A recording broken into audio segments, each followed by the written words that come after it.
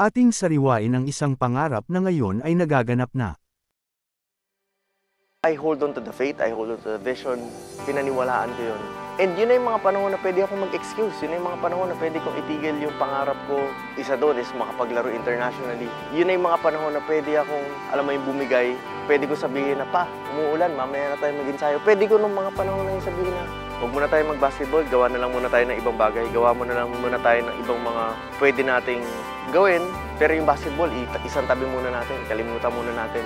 Pero if you can go back dun sa mga videos natin, vlogs natin nung pandemic, I pushed ensayo sa garahe, ensayo sa kalsada, bumuo ng team na isang napakalaking kalokohan na nasa tattoo natin yan, Weird Ones. Yeah. I was just being weird, believing that this dream will happen. I was just being weird, weirdo, crazy, baliw. Na kahit na hindi tumutugma yung panahon, yung pagkakataon, I still believe that it will happen. Yun yung self-reflect ko kanina na, teka lang, nasa Dubai pala ako last week. Almost 3 weeks ago pala, we made history in Dubai.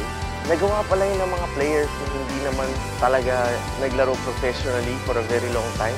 Nagawa pala yun ng mga players na naglalaro lang sa kanto. Let's go!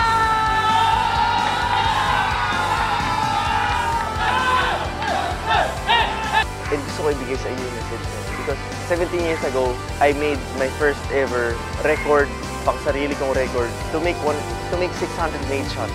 Doon sa araw na parang hindi ko siya kayang gawin. And someone pushed me, which is my dad.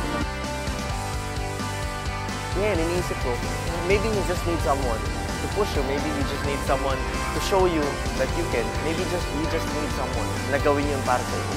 Maybe itong vlog na yon, ito na yon. Maybe dahil sa vlog na to, mag-umpisa yung fire mo sa puso mo. But I'm telling you, I'm just doing what my dad did.